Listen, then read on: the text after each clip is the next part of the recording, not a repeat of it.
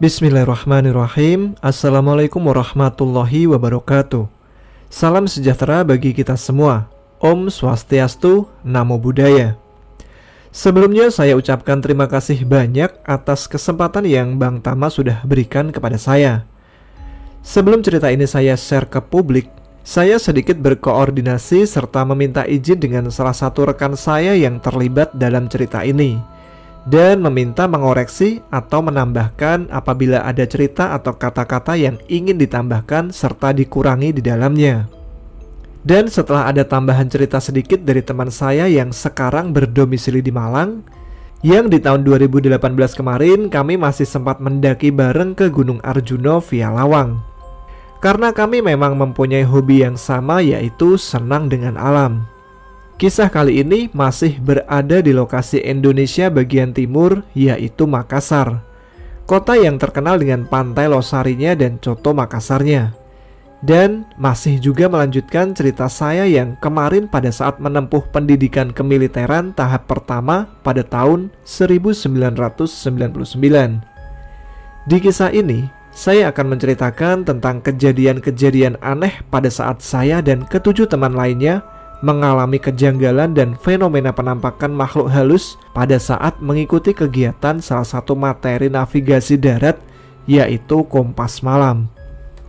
Materi navigasi darat ini merupakan salah satu di antara 5 kemampuan dasar yang wajib dimiliki oleh seorang militer. Sebagai seorang prajurit, pengetahuan tentang medan merupakan kemampuan yang sangat penting dari 5 kemampuan dasar yang harus dan mutlak dimiliki oleh seorang prajurit. Pengetahuan dan penguasaan navigasi darat juga diperlukan untuk usaha-usaha pencarian lokasi musuh dan juga sebagai pencarian korban kecelakaan atau tersesat di gunung dan hutan. Sebenarnya materi kompas malam ini tidak asing lagi bagi saya pribadi, karena materi ini sudah pernah saya dapatkan dulu sewaktu masih aktif sebagai mapala di salah satu universitas negeri di kota Makassar. Tapi disinilah salah satu kekurangan saya. Walaupun setidaknya sudah mengenal kompas malam waktu di mapala dulu, tapi sampai saat ini saya tidak bisa membedakan arah mata angin, baik itu timur, barat, selatan, dan utara. Menginjak bulan ke-6 pendidikan kemiliteran tahap pertama ini, sudah saatnya bagi para siswa untuk melaksanakan latihan berganda, di mana latihan berganda ini adalah puncak latihan yang dilaksanakan dalam proses pendidikan yang telah diikuti oleh siswa selama 6 bulan menempuh latihan dasar kemiliteran tahap pertama, di mana dalam pelaksanaannya akan merangkum seluruh materi yang diterima oleh siswa selama mengikuti pendidikan, khususnya materi teknik dan taktik dasar keprajuritan, serta dapat mengaplikasikan pengetahuan dan keterampilan baik secara teknik dan taktik tersebut di lapangan. Pagi yang sangat cerah di waktu itu. Pembukaan latihan berganda dan juga gelar pasukan langsung diambil oleh komandan resimen atau komandan yang membawahi seluruh sekolah kemiliteran yang ada di Pulau Sulawesi, khususnya di kota Makassar.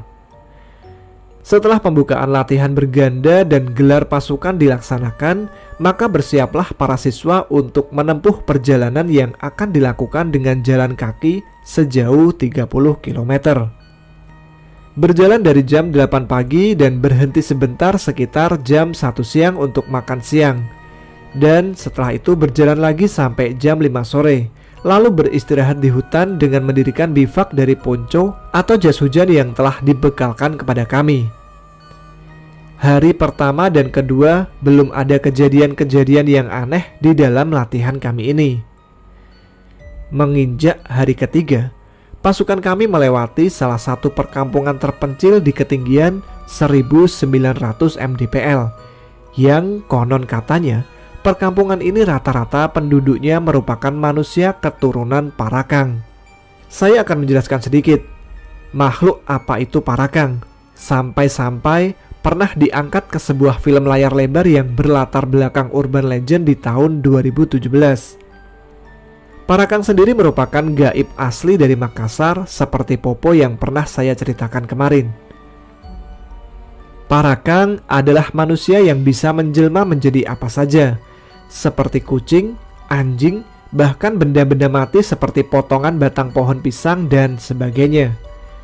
Makhluk mistis ini termasuk setan yang paling ditakuti oleh masyarakat Bugis dan Makassar.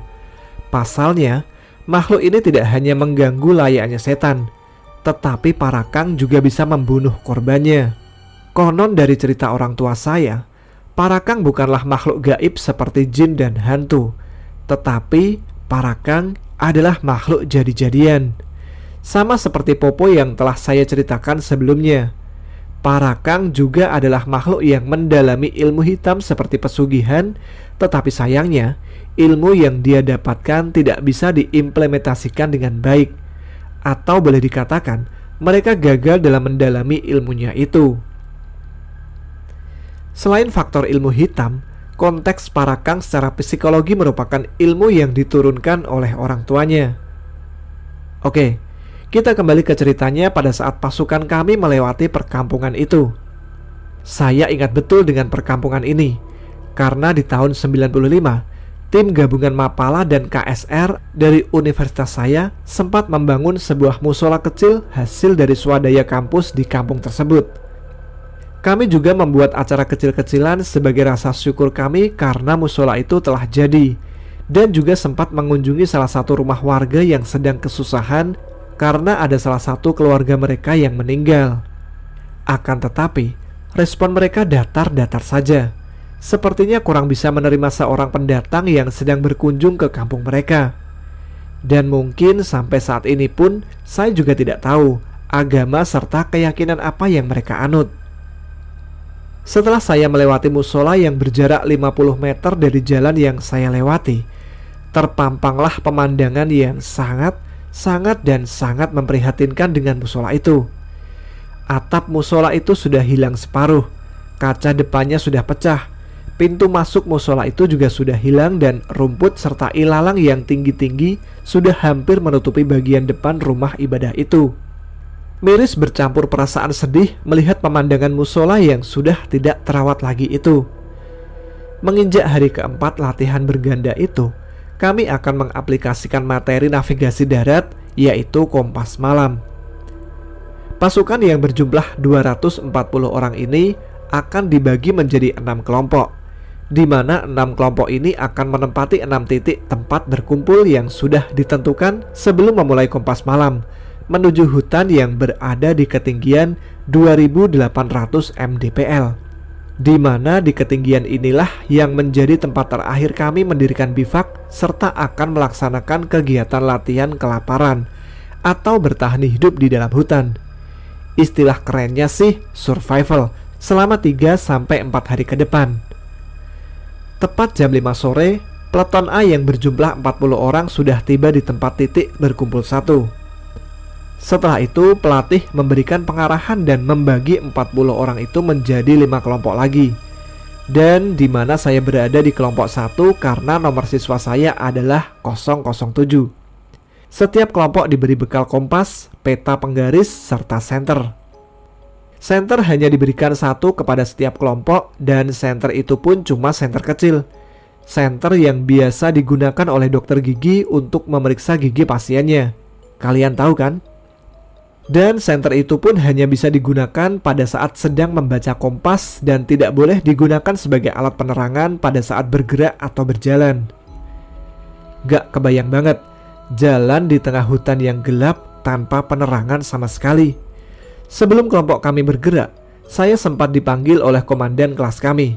Beliau memberikan saya sebuah bungkusan kecil yang terbungkus dari daun pisang. Saya bertanya kepada beliau, "Mohon izin Dan, ini apa dan buat apa?" Beliau lalu menjawab, "Di dalam bungkusan itu ada daun sirih. Gunakan pada saat kamu menemui kendala di dalam hutan sana. Kunyah 1 lembar daun sirih itu sampai halus. Setelah itu, semburkan di tempat yang kamu temukan sesuatu hal yang ganjil. Karena dalam sana akan ada banyak hal yang di luar akal sehat yang akan kamu dan kelompokmu temukan nanti. Karena salah satu di antara temanmu itu pasti tidak disenangi oleh makhluk penghuni hutan sana." Beliau tidak menjawab ketika saya bertanya siapa di antara 8 teman saya yang tidak disenangi oleh makhluk gaib tersebut. Beliau cuma berkata, kamu sudah tahu siapa temanmu itu? Dalam hati saya berkata, apa mungkin Charles orangnya? Tapi sudahlah, saya tidak mau ambil pusing tentang hal itu dan saya pun tipe orang yang tidak begitu percaya dengan bungkusan yang diberikan oleh Pak Burhan tersebut. Karena mungkin dari sejak kecil dan sampai pendidikan itu dimulai, saya sama sekali belum pernah merasakan fenomena-fenomena penampakan makhluk halus tersebut. Walaupun semasa aktif di Mapala, saya sering mendaki di Gunung Bawah Karaeng, Gunung Latimojong, Gunung Rantai Mario, Gunung Tolangi, Gunung Nenemori, dan terakhir bulan Agustus tahun 2020 di Gunung Lawu. Saya hanya merasakan fenomena-fenomena suara saja. Dan disinilah awal mula dalam hidup saya, dan mungkin yang pertama kali di dalam hidup menyaksikan dan melihat langsung kemunculan atau penampakan makhluk gaib itu. Setelah makan malam yang mungkin pada saat makan malamnya diajukan menjadi jam 5 sore, kelompok pertama yang terdiri dari 8 orang yaitu Aminuddin, Wahid, Syahrir, Anto, Mujmal, Nurjain, saya sendiri dan teman saya yang bernama Charles, yang kemarin sempat saya ceritakan tentang kisahnya itu. Berangkatlah kami sekitar jam 5 sore lebih 15 menit. Menuruni hutan dan membelah jalur yang pada saat itu cuacanya masih terang dan belum seberapa gelap. Dengan formasi yang bertindak sebagai leader adalah Wahid, karena dialah salah satu di antara semua teman saya yang menjadi andalan di kelompok kami. Karena cuma Wahid yang paling bisa dan paham membaca kompas, sedangkan yang lainnya mungkin sebagai pelengkap saja. Sedangkan saya sebagai sweeper dan Charles berada tepat di depan saya, diikuti Aminuddin di belakang Wahid dan Anto, Syahrir, Nurjain, serta Mujmal. Di sini yang menjadi kendala di kelompok kami adalah salah satu teman kami yang bernama Syahrir sedang terserang diare, muntah, dan sakit perut. Sehingga berjalan sebentar harus berhenti untuk mengimbangi kondisi Syahrir yang pada saat itu kondisinya sangat lemas. Sehingga ransel serta senjata Syahrir kami bergantian yang membawanya untuk mempermudah gerakan atau jalan Syahrir di tengah kondisi yang sudah mulai gelap. Sekitar jam 6 sore lebih kami berhenti karena di depan kami menemui 2 percabangan jalan yang lurus agak menanjak, sedangkan yang kanan menuju ke bawah dan sepertinya di bawah ada aliran sungai karena kami mendengar suara airnya yang mengalir. Di sini salah seorang teman saya, Anto, mohon izin untuk buang air besar di jalur kanan yang ada aliran sungai itu. Lalu turunlah Anto untuk menunaikan hajatnya itu. Sambil menunggu Anto yang sedang buang hajat, Wahid mencoba membuka kompas dan kejadian yang aneh terjadi pada kompas tersebut. Jarum kompas itu berputar dengan sendirinya. Padahal pada saat pembagian alat navigasi darat itu sudah dicek oleh Wahid dan tidak ada tanda-tanda kerusakan pada kompas tersebut. Kompas itu terus berputar dengan sendirinya berlawanan dengan arah jarum jam. Meskipun sudah ditutup dan dibuka kembali, kompas itu tetap seperti itu. Kami dan rombongan belum berpikir yang aneh-aneh tentang hal itu. Dan setelah hampir kurang lebih 30 menit berlalu, Anto belum juga selesai dan kembali dari buang hajatnya. Dengan inisiatif, Aminuddin memerintahkan saya untuk menyusul Anto ke bawah. Lalu turunlah saya ke jalur kanan itu. Dari agak kejauhan, saya melihat ada seorang wanita yang duduk di sebuah batu yang ukurannya tidak begitu besar. Dan tubuhnya itu hanya ditutupi selembar sarung yang diikatkan di atas dadanya saja. Wanita itu sepertinya sedang membasahi rambutnya yang panjang sambil dipegang dan diarahkan ke depan dadanya. Tidak ada pikiran aneh yang timbul di dalam benakku pada saat itu, karena mungkin itu merupakan penduduk daerah situ yang sedang mandi. Tapi yang membuat saya heran, di daerah itu sama sekali tidak ada pemukiman penduduk. Saya lalu mencoba mendekati dan bertanya, "Mbak, lihat teman saya tidak yang tadi kesini untuk buang air?" Wanita itu hanya diam. Saya terus mencoba untuk bertanya yang kedua kalinya. Saat itu posisinya sedang membelakangi saya. Ketika saya bertanya yang kedua kalinya, Dia lalu menoleh ke arah saya dan dia hanya menggelengkan kepalanya sambil tersenyum kecil. Setelah itu saya mencoba menyusuri sungai yang lumayan agak besar itu sambil memanggil-manggil nama teman saya. Tetap tidak ada jawaban dan dia tidak kelihatan sama sekali. Setelah itu saya kembali ke atas dan melewati wanita itu sambil mengucapkan permisi. Tapi tetap saja dia hanya diam tanpa mengeluarkan suara sama sekali. Saya tetap jalan ke atas tanpa menoleh ke belakang sama sekali, karena pada saat itu tidak ada perasaan aneh yang timbul di benak saya. Setelah itu saya melaporkan tentang kejadian tersebut kepada teman-teman bahwa saya tidak menemukan Anto dan hanya bertemu seorang wanita yang sedang mandi atau membasuh rambutnya. Mereka agak panik dengan kabar yang saya bawa itu. Dengan segera Aminuddin disusul oleh Nurjain kembali mengecek ke bawah, tapi tetap saja mereka juga tidak menemukan. Dan anehnya lagi, tidak bertemu dengan wanita yang saya temui tadi di bawah. Pikir saya, mungkin dia sudah balik ketika saya ke atas. Rombongan kami tetap menunggu Anto sampai sekitar hampir 30 menit. Setelah itu, hasil kesepakatan bersama, kami tetap melanjutkan perjalanan dan akan melaporkan kejadian kehilangan salah satu rekan kami setelah sampai di titik tujuan. Kami berjalan di hutan dengan situasi yang sangat sulit, tanpa arah yang pasti karena kondisi kompas yang berputar terus dari tadi. Ditambah dengan hilangnya Anto, sedangkan Syahrir dalam keadaan sakit. Sekitar pukul 8 malam, pistol isyarat ditembakkan dari atas bukit. Berwarna merah kekuningan dan cahayanya yang sangat terang turun secara perlahan. Dan cahaya yang keluar dari pistol isyarat itulah yang menjadi patokan kami di tengah situasi seperti ini untuk berjalan menaiki bukit menuju tempat berkumpul. Formasi perjalanan masih tetap sama dan untuk kesekian kalinya kami beristirahat lagi karena Syahrir muntah-muntah terus-menerus. Setelah beristirahat hampir 15 menit, kami melanjutkan perjalanan lagi. Di sini saya agak tertinggal beberapa meter dari teman saya karena harus membetulkan tali sepatu yang lepas.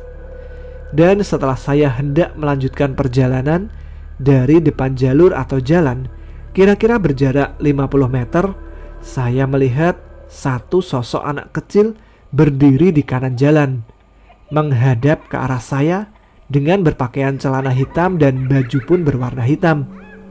Kira-kira tingginya sepinggang saya. Di dalam hati sedikit bertanya, kok ada anak kecil di tengah hutan seperti ini? Perlahan saya berjalan kembali sambil melihat sosok anak kecil itu.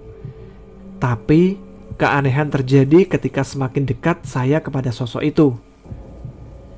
Semakin dekat, sosok itu menjadi semakin tinggi, hingga kira-kira jarak sosok itu hampir 5 meter di depanku. Saya coba sedikit melipir ke arah kiri, akan tetapi sosok itu semakin tinggi hingga mungkin hampir melebihi pohon pinus yang ada di sampingnya. Seketika itu, kaki saya tidak bisa bergerak. Tepat di depan sosok tersebut, saya mendengar suara Charles yang memanggil nama saya dan berlari menghampiri saya. Dia langsung berkata, "Tetap lihat ke depan dan jangan memandang sosok itu. Semakin kamu pandang sosok itu, maka dia akan semakin tinggi." Sambil Charles menarik lengan baju saya, kami melewati sosok tersebut. Saya coba bertanya kepada Charles tentang sosok apa yang baru saya lihat tadi itu. Dia hanya bilang, itu merupakan sosok jin penunggu daerah sini. Seketika badan saya langsung bergetar mendengar jawaban Charles tersebut. Formasi sedikit berubah. Sekarang saya tepat di depan Charles dan berada tepat di belakang Syahrir, dan sekarang yang bertindak sebagai sweeper adalah Charles. Tapi kejadian aneh itu tidak sampai di situ saja, dan bahkan awal dari semua kejadian-kejadian berikutnya. Tepat jam 9 malam, pistol isyarat kembali ditembakkan dari atas bukit ke udara. Cahayanya yang sangat terang itu sedikit dapat menyinari jalan dan hutan yang kami lewati, serta menjadi tanda buat kami untuk berjalan ke arah cahaya tersebut. Semangat dan moral kami sedikit terpacu. Kami membuka jalur dari sebelah kiri dan mencoba naik kembali di ketinggian yang mungkin kemiringannya lumayan menyulitkan kelompok kami. Sebelum kami membelah jalur, pandangan saya sepertinya sedikit dialihkan ke salah satu pohon kapuk yang batangnya berwarna hijau.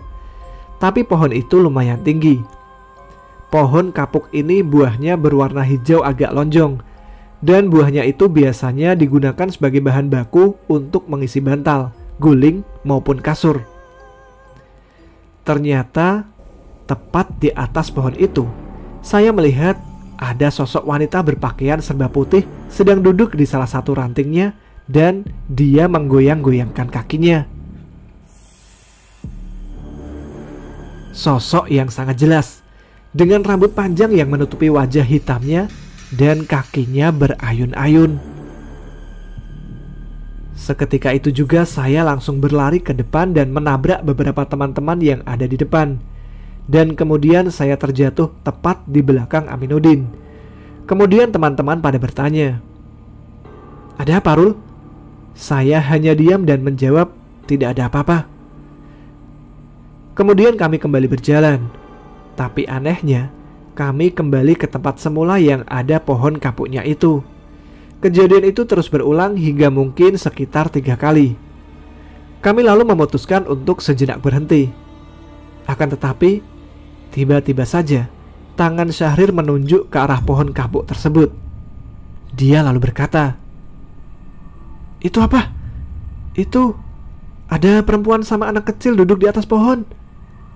Seketika itu, Charles langsung menepis tangan Syahrir dan berkata, "Sudah, jangan ditunjuk dan jangan dilihat." Akan tetapi teman-teman tidak melihat sosok wanita itu, termasuk saya yang walaupun barusan melihatnya. Akan tetapi, apa yang dilihat Syahrir kali ini beda dengan apa yang saya lihat sebelumnya. Karena yang dilihat Syahrir itu sosok wanita yang sedang bersama anak kecil. Tepat jam 10, pistol isyarat itu kembali ditembakkan untuk ketiga kalinya. Bahkan sekarang, intervalnya mungkin setiap 15 menit sekali. Pistol isyarat itu terus ditembakkan ke udara. Di tengah keputusasaan kelompok kami bertemu dengan kelompok dari Kompi B yang juga berjumlah 8 orang. Dan anehnya, jalur yang kami lewati tadi itu hanya sekitar 20 menit saja menuju bukit tempat berkumpul kami. Tapi kenapa dari tadi kami hanya seperti berputar-putar saja di daerah tersebut? Kira-kira 50 meter sebelum kami masuk ke tempat berkumpul yang akan kami jadikan sebagai tempat untuk mendirikan bivak, tiba-tiba saja Anto muncul dan berdiri dari barisan rombongan kelompok lain yang sedang beristirahat dan ikut kumpul kembali dalam rombongan kami. Anehnya, dia berkata bahwa dia sudah tiba dari sejam yang lalu bersama kelompok tersebut. Di sini kami agak lega, karena rekan kami Anto yang terpisah dari kelompok kami masih dalam keadaan selamat dan tidak kurang suatu apapun. Dia lalu bercerita sedikit. Setelah dia buang hajat dari sungai kecil itu yang katanya cuma sekitar 15 menit, dia langsung menyusul kami ke atas. Akan tetapi, dia tidak menemui kami, yang sebenarnya telah menunggu dia hampir 1 jam lamanya di persimpangan tersebut. Setelah itu dia kembali dan berlari ke arah jalur tempat awal dilepasnya kami. Dan di tengah perjalanan, dia bertemu dengan kelompok 2 dari peleton 1 Kompi A, lalu Anto ikut dalam rombongan mereka. Lalu saya bertanya, apakah dia melihat sosok wanita yang mengenakan sehelai sarung yang diikatkan di depan dadanya itu sedang mandi? Anto lalu menjawab bahwa dia tidak melihat sama sekali sosok wanita itu. Dan anehnya lagi, kompas yang dibawa oleh Wahid berhenti berputar tepat ketika kami sudah berada di atas. Entahlah, fenomena apa yang terjadi malam ini kepada rombongan kami, terutama terhadap saya, Syahrir, dan Anto. Setelah pengecekan personel serta alat-alat kelengkapan lainnya dan dinyatakan lengkap dan tidak ada yang kurang satu pun, segera kami mendirikan bivak yang terbuat dari ponco atau jas hujan. 2 ponco kami gabungkan dan ikat menjadi satu. Setelah itu, jadilah sebuah bivak. Sedangkan ponco dari teman-teman kami yang lainnya dijadikan alas untuk tidur dan selimut. Kami memasak semua logistik di malam itu, karena keesokan harinya setelah apel pagi, latihan untuk bertahan hidup di hutan akan dimulai. Dan sisa-sisa dari logistik kami akan dikumpulkan dan hanya diganti oleh sebungkus garam dan 1 bungkus korek api. Kami memasak nasi serta mie rebus hanya menggunakan kompor lapangan yang kecil dengan bahan bakar parafin yang padat. Memang cukup lama matangnya dengan menggunakan alat serta bahan bakar seperti itu.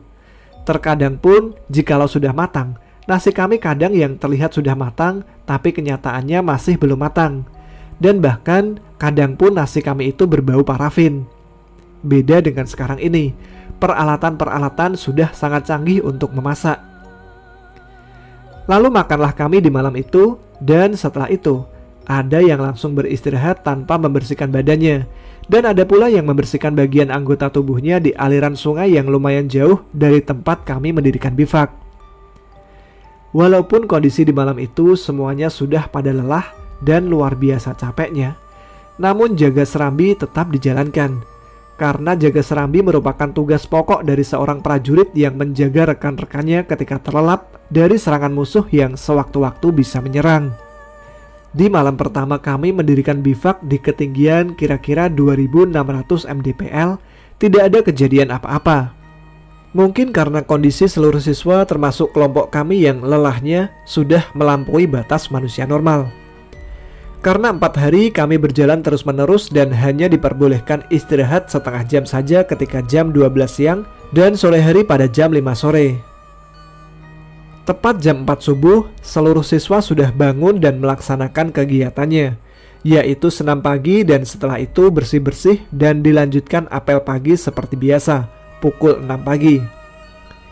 Setelah apel pagi, para siswa dipersilahkan untuk sarapan pagi dengan mencari makanan sendiri yang bisa dimakan di tengah kondisi yang memang sengaja dibuat seperti itu. Di pagi itu kami hanya mendapatkan daun singkong dan kodok hijau sebanyak 5 ekor untuk dimasak dan dimakan bersama ketujuh teman-teman lainnya. Sore, siang, dan malam pun kami hanya makan dari sisa yang kami dapatkan itu. Setelah apel malam sekitar jam 10 malam, saya coba bertanya sedikit dengan salah satu teman saya, yaitu Charles. Saya bertanya apakah kejadian-kejadian di malam kemarin itu ada hubungannya dengan dia. Dan memang benar, dia berkata bahwa manusia yang seperti dia itu, yang memiliki garis keturunan makhluk gaib Popo, memang cenderung tidak disenangi oleh makhluk halus lainnya.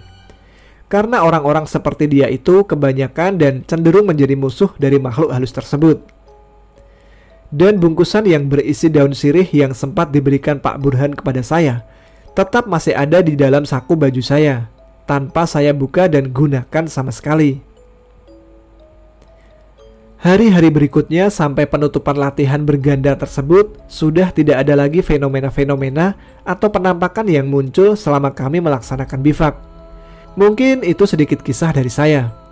Insya Allah kalau ada kesempatan lagi, saya akan membagikan kisah tentang perkampungan Parakang yang di tahun 1995, kami dari tim Mapala dan KSR sedang melaksanakan kegiatan membangun tempat rumah ibadah kecil di perkampungan tersebut.